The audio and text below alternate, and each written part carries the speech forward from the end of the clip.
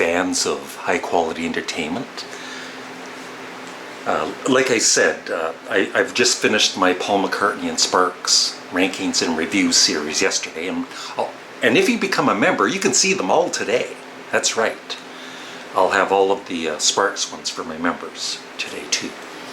And I did all of the Paul McCartney reviews and rankings that my members can see yesterday. But I know that some of you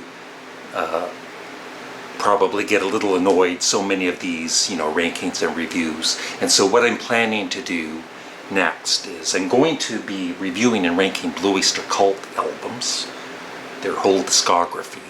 And then after that, later on, I'll do the Lou Reed discography. And in between that, I'm going to do videos like this for people that don't care about Blue Oyster Cult. And a comedy video or two also, like my memorial comedian, which when I post them, some of my older ones, they don't get great views, but they do get some very nice comments. So I thank you for those that do appreciate my very silly side or my inappropriate side. And I even did a brand new memorial comedian, which I think is actually really, really funny. So I hope some of you check out that series. Funerals are not funny. They're depressing, and that's why I made this silly series, because when a person passes on, they usually have a great sense of humor. They love to laugh, and when they pass away, everybody's sitting there crying and being depressed. And I wouldn't want it that way. I would want people to laugh. Anyway, on to what I'm talking about for today. I went through all of my CDs, and I picked out what I feel are 10 underrated classic rock albums. So most of these, I think, all of them are pretty well-known bands or solo artists. But all of these albums are, for the most part, not a favorite of fans of these artists. Not the number 1 or 2 or 3 choice for best album. And I just want to talk about each of them. And I have talked about probably most of these in videos in the past, but I just thought I'd talk about them again in case you want to give these albums one more chance. So, starting with Black Sabbath. When this came out, I remember when this came out, Technical Ecstasy, and I had not heard it. And I was on the phone with my older brother, and I said, "How's the new Black Sabbath album?" And he said something like mediocre at best or something. Like he wasn't impressed with them. And so having that in my head, right, and then I bought it. So remembering what he had said, I found it mediocre too. And I think even without him saying that, I probably wouldn't have cared for this too much. And so through the years, I love early Black Sabbath with Ozzy. But their final 2 albums with Ozzy, Technical Ecstasy and Never Say Die, I never cared for. But something just happened, I don't know, 2 or 3 years ago. I bought these remastered, all of their remastered early albums. And just one night I played this and Never Say Die. And I finally got it, I guess, that this is a damn good album. And Never Say Die is almost as good. And in fact, it has probably one of my favorite Black Sabbath songs, A Hard Road, on it. And Never Say Die is a great track too. But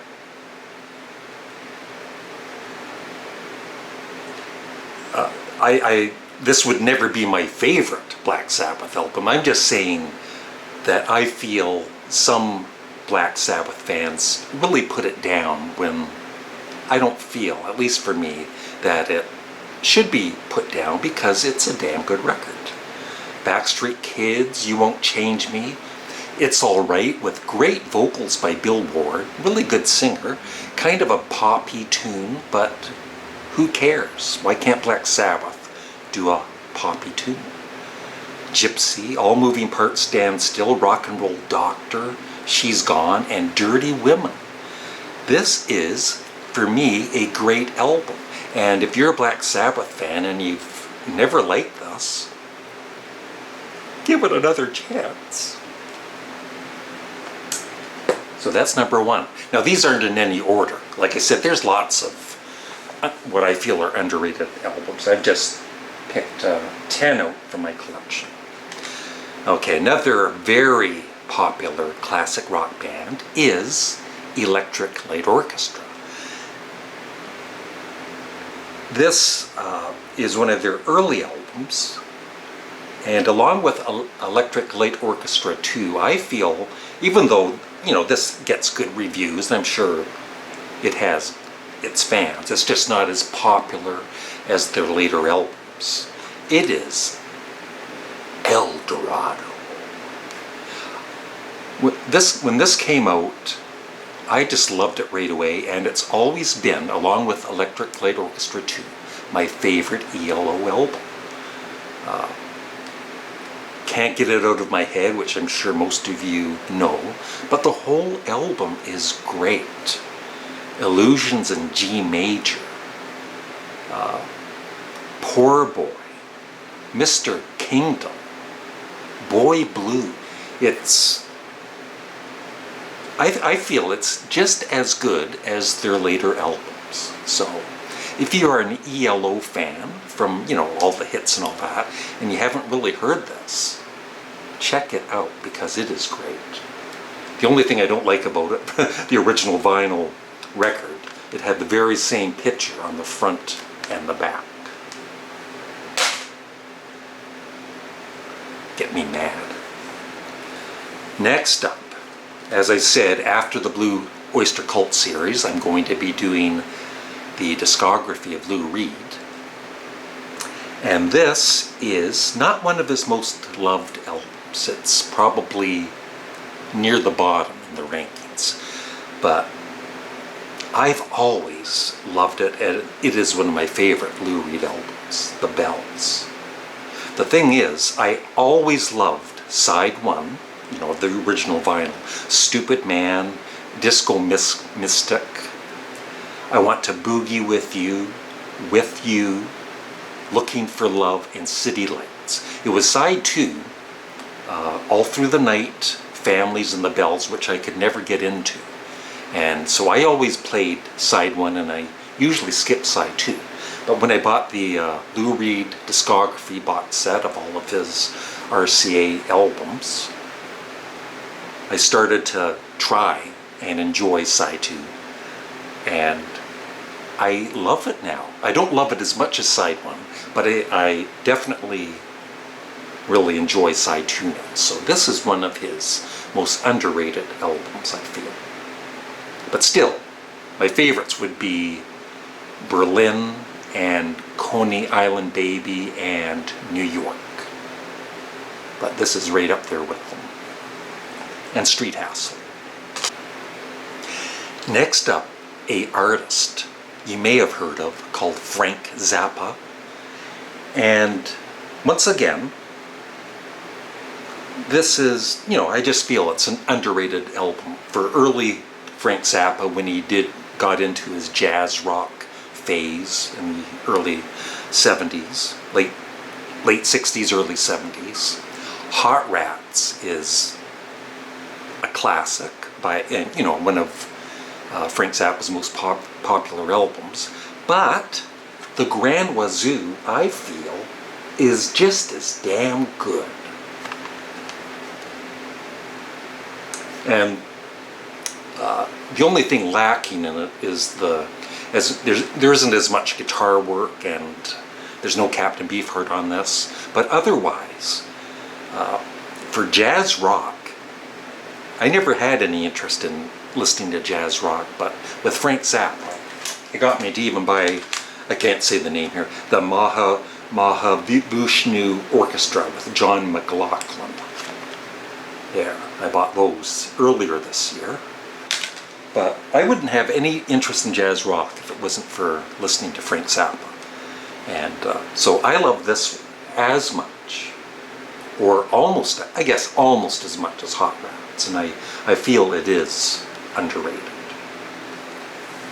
Now here is a band that I feel, even though they were quite popular in the 60s, and you know, they're still a name band today, but mainly for 2 or 3 hit songs. Born to Be Wild, Magic Carpet Ride, and The Pusher, and maybe 1 or 2 more. And they're not really known for as an albums band, except for maybe Monster, which is great. But this album, my brother owned in the late 60s, and I have just always loved it. Steppenwolf, At Your Birthday Party. Now this is a really old, this is probably from the, doesn't say, but it's one of the early CDs that came out when I bought.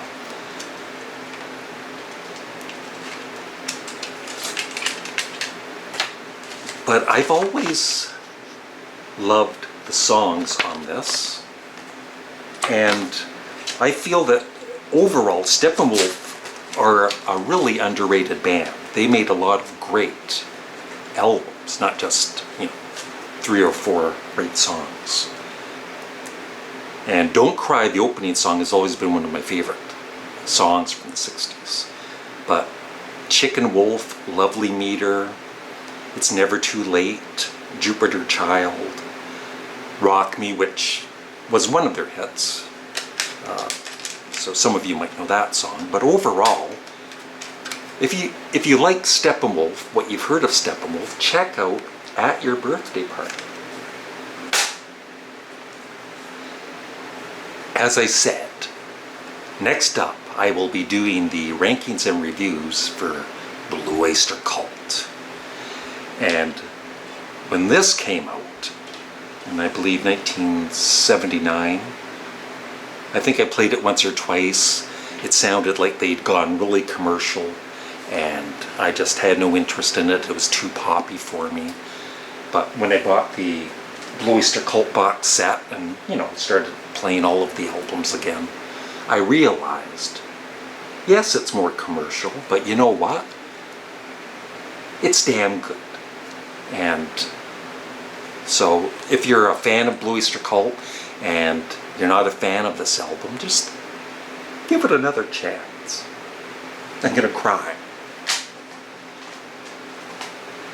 4 more. Now I've had these CDs in my collection for years and years and years, and I hadn't played them in quite a while. And then one night I played their second, third, fourth, and fifth albums in a row, and I said to myself, this is one of the greatest American rock bands. And this is a very underrated album by them. Alice Cooper, their second album, Easy Action. Or as Molly would call it, Easy Action. And it's a bit more, it's not quite as commercial as even Caught in a Dream, their next album. But I just love the looseness of it. It's a bit more experimental, but still there's great songs on it. Still No Air, Return of the Spiders, Laughing at Me. And I might actually play this tonight. I'm getting all excited. Yeah, Easy Action.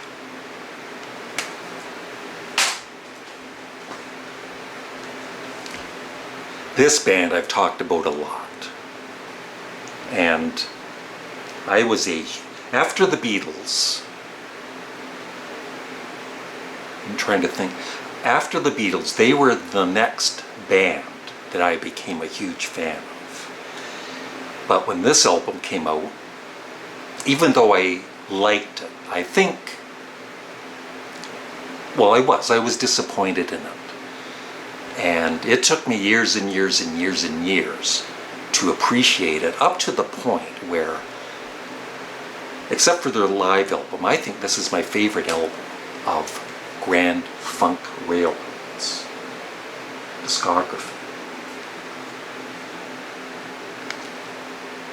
Country Road, All You've Got Is Money, Comfort Me. Their cover version of Feeling Alright, I Want Freedom, I Can Feel Him in the Morning, a spiritual song, and Don Brewer, the drummer. You know, I know a lot of fans don't like him, like Grand Funk fans don't like him because of what happened with him and Mark Farner and all that, but still, the guy was a great singer and drummer, and great vocals on that. And they do a cover of the Rolling Stones' Gimme Shelter that will rattle your brain with the bass of Mel Shocker. And it is, it's just definitely one of my all-time favorite albums now. Once again, one of the greatest American bands of all time. But this album was, I think, for a lot of Creedence Clearwater Revival fans, it was a disappointment. Not a big disappointment, but still a bit of a letdown after Cosmo's Factory. And it is Pendulum. And even though Cosmo's Factory, yes, is probably their best album, this, I think, is just as good. And it's a bit more experimental, especially the last, or the second last, well, these are in the song listing on the back is all messed up. That's why I'm confused here. But the last track, Rude Awakening #2, is where I think they're trying to do a Revolution #9 kind of a track, and I always used to think it was stupid and I would skip it, but the last couple of times I listened to this, I actually enjoyed it, because I'm a fan of Revolution #9. And so, but it has a lot of great CCR songs on it, and I think it is underrated. And last, but certainly not least, this is, I was actually thinking of this today and going through the songs in my head and thinking, a lot of fans, well, not a lot, but some fans of this band don't like this album. Some might even think it's garbage, but I think it is a great album. It is by a band called The Beatles. Let it be, let it be, let it be, let it be. Sorry. Yeah, and I've got Naked, which came out a few years ago, and I love listening to that. But I think, Phil Spector, I know that Paul McCartney hated what he did with The Long and Winding Road, putting those strings on at the orchestra. But I think it suited the song. It's not one of my favorite Beatles songs, but I thought the production was great. And what I miss on Naked is the little snippets of songs like Maggie May and Dig It, and overall, I think this isn't Abbey Road. I realize that. Abbey Road and Sgt. Pepper. But still, this is a great album, and I feel it is underrated. So that's it. I would love your thoughts in the comment section below on any of the albums I was just talking about, and maybe other albums that you feel are really slighted by fans of, popular bands. Thanks for watching. Have a great day. Peter, like me, was a big fan of classic rock music, and his all-time favorite band was Led Zeppelin, and his all-time favorite song was Moby Dick. And so I was thinking, well, I should honor Peter by singing a Led Zeppelin song, but I can't sing Moby Dick because it's an instrumental. So I thought I would just, the few opening bars of one of the Led Zeppelin songs in tribute to Peter. I'll put on some echo. Just one second.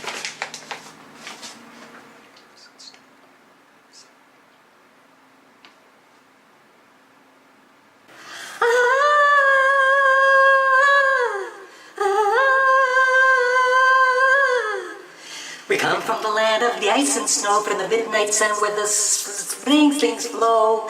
The something, something, something. Thank you. I don't know. I just know the intro for the Immigrant Song. And then I'm lost.